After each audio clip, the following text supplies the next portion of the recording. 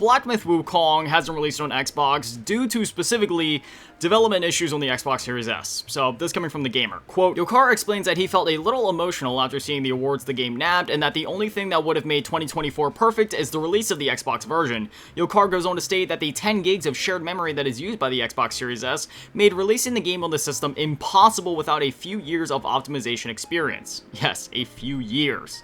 Which confirms what many have already believed, being that the Series S is once again causing major headaches for the developer. End quote. So, it does seem like the more and more that this generation goes on, you know, it's one of those things where ever since the beginning we've been hearing inklings of this, but man, especially within the last year or two, like, well, especially 2024, been hearing more and more about how that Series S is really becoming a problem for developers. And while the Series S on paper seems like a rather capable system, and it shouldn't be too hard to get games from the Series X to the Series S, the slight pare back on memory and just, you know, power in some spots, it's just enough to where if it's not on that same level as the other consoles in some way, form, or fashion, even if only slightly, it's still extra work compared to the mainline consoles, the Series X and the PS5, that the devs are going to have to put in. And in some cases, when games like Black Myth Wukong are made to fully utilize every bit of memory and power of something like the PS5, which the PS5 in itself, it doesn't necessarily struggle around the game, but you can tell it's pushing it to its brink. Squeezing that onto the Series S, yes, it's possible. Will it be an ideal experience? I mean, again, when you buy a Series S, you're not expecting like 4K, 120 FPS on every game, but at the same time,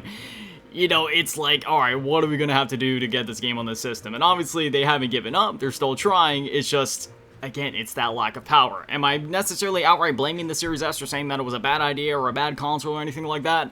No. But I do feel like the mandate to have day-and-date launches for the Series X and Series S may be a little... I don't know. I feel like it would have been better if they wouldn't have had that.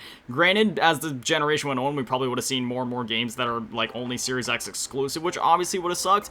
But I feel like if they could at the very least have be some sort of system where, like, okay, the game can come out on Series X, and as long as the devs like are actually working on a Series S version and can promise that it will be coming out at some point, then okay, maybe let it go out on the Series X first, just to reward those players, on the other hand, you know, that spent the extra couple $100s in order to get the more expensive system, and then like a couple months or a year down the line, or however long it takes for them to fully optimize the game before Series S to make sure, you know, it just won't make everybody's Series S, like, explode trying to boot the game, then yeah, you know, maybe do it that way, or just something along those lines. Again, I'm not necessarily blaming the Series S or anybody that plays on Series S. It's just unfortunate that such a steal in terms of price and such a consumer-friendly option is now becoming a bit of headache for developers, but again, it's one of those situations where you can't really win them all, you know what I mean?